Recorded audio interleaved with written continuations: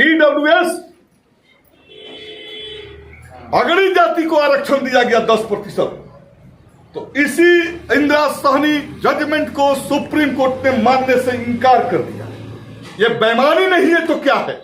सरेआम बेईमानी और सरेआम पिछड़ों, दलितों, अकलितों, अति पिछड़ों को हित के साथ डकैती है और ये डकैती हमें मंजूर नहीं है।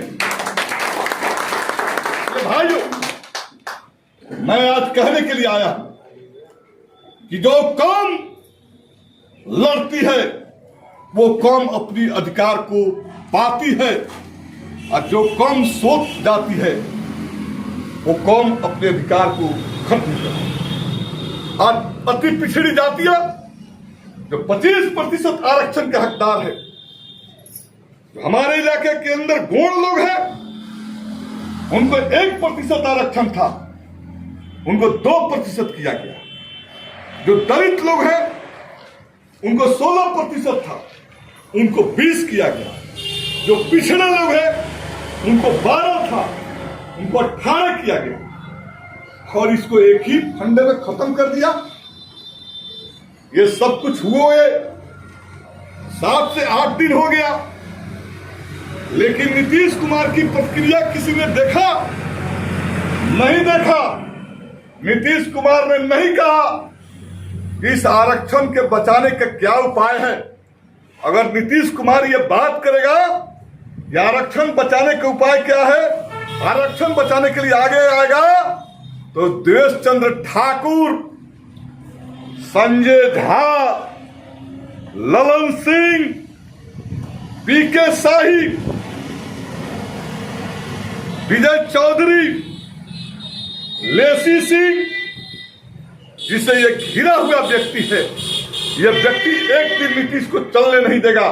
और इसलिए नीतीश कुमार अगड़ी जातियों के जो सामंत हैं, जो जमींदार हैं, उनके पास सरेंडर कर गया और अति पिछड़े जातियों के 65% आरक्षण पर एक शब्द बोलने के लिए जनता के सामने नहीं आया। इससे बड़ा कोई शर्मनाक बात नहीं होगा। सभी अति पिछड़ी जातियों के लोगों ने कहा कि नीतीश हमारा नेता है।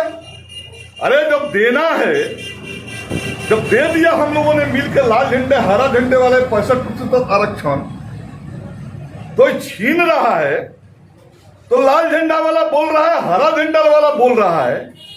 ये भागवा और नीतीश क्यों नहीं बोल रहा है?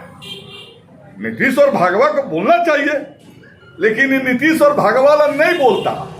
बोलेगा तो गांव में अगड़ी जाति के लोग इसका इलाज कर देंगे।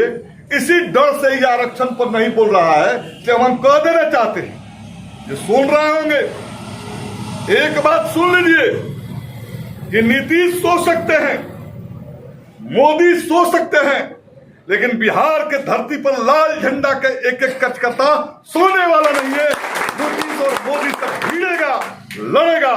और आज उसी के लिए ये सम्मेलन हम लोगों ने बुलाया। अति पिछड़ी दलित जातियों का सम्मेलन है, उसके प्रतिनिधि यहाँ बैठे हैं, उसके नेता बैठे हैं। आज हम फैसला लेने जा रहे हैं कि बिहार के धरती पर जलालपुर प्रखंड से आंदोलन का आगाज होने जा रहा है। ये सौभाग्य प्राप्त कि हम लड़ाई को लाल झंडे के लोग इस लड़ाई की आगाज आज कर दिया और साफ साफ कह दिया कि बीच में कोई समझौता नहीं होगा। आरक्षण के मामले को नीतीश जी हाई कोर्ट से सुप्रीम कोर्ट मत ले जाओ। अगर तुम्हारी नीयत साफ है तो आपके कंधे पर मोदी जी की सरकार है। और जिस दिन बिहार का मुख्यमंत्री कह देगा कि 9वीं अनुसूची में शामिल कीजिए मोदी जी थर थर कांप के 9वीं अनुसूची में शामिल कर देंगे। लेकिन ये बात नीतीश नहीं कहेगा कि नीतीश भी किसी कंधे के पर सवार है। वो कंधा है सामंती शक्तियों का, मनुवादी शक्तियों का। और नीतीश को कहने की ये हिम्मत नहीं है। बिहार की धरती पर किसी कहने की हिम्मत है तो लाल झंडा और हरा झंडा वाला बोलेगा। और इसलिए भाइयों, हम आपसे अपील करना चाहते हैं कि बिहार एक गंभीर संकट से गुजर रहा है। नीतीश कुमार मानसिक रूप से विक्षिप्त है। 76-77 वर्ष के आदमी बूढ़ा हो गया है। और ये बूढ़ा अब तो सैया पर, राज सत्ता पर रहते हुए सैया पर, राज सत्ता के सैया पर जाना चाहता है।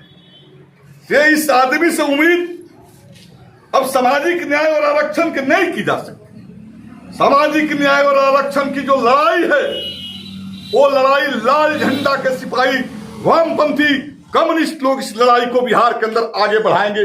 और आज हम लोगों ने कमर कस लिया है कि हरगिज इस लड़ाई से पीछे नहीं। मित्रों, आज आपने जो सम्मेलन बुलाया और हमें बुलाया है, मैं आपको आश्वस्त करके जा रहा हूं, 22 जुलाई से बिहार विधानसभा का सत्र शुरू होने वाला है। वामपंथी दल, राष्ट्रीय जनता दल सदन के अंदर इस सवाल को लेकर आएगा और नीतीश को इस सवाल का जवाब देना पड़ेगा। और मांझी का आपका सौभाग्य प्राप्त है कि आपने हमें विधायक चुना है। हमारा सौभाग्य प्राप्त है कि मैं मांझी का विधायक हूं और उस जगह का विधायक हूं, उस नाम का विधायक हूं जो मांझी हिंदुस्तान का पहला बहुजन सम्राट होता था। उस मांझी क्षेत्र का मैं विधायक हूं और बहुजनों के साथ किसी प्रकार के जुल्म हो तो मांझी के विधायक खामोश बैठने वाला नहीं है। सदन घूमेंगे, सदन के अंदर लड़ाई होंगे और इसलिए लड़ाई की पूरी तैयारी 22 जुलाई को विधानसभा सेशन चलेंगे। लेकिन 22 जुलाई से पहले बिहार का हर चौक चौराहे पर, बिहार का हर गलियों में, बिहार का दलित, बिहार का अति पिछड़ा, बिहार का ट्राइबल्स और बिहार का पिछड़ा का एक एक बस्ती में ये अलग जगाने का काम लाल झंडे के सिपाही करेंगे। ये आरक्षण हमारे लिए जिंदगी से बढ़कर कुछ नहीं है। हमारी पुरखों के हाथ से जमीन तूने छीन लिया, हमारे पुरखों को हजारों वर्ष गुलाम बना के रखा। जब ये संविधान 21वीं सदी में मिला, जिसने हमें अधिकार दिया, आज तुम छीनना चाहते हो तो ये हमें मंजूर नहीं है।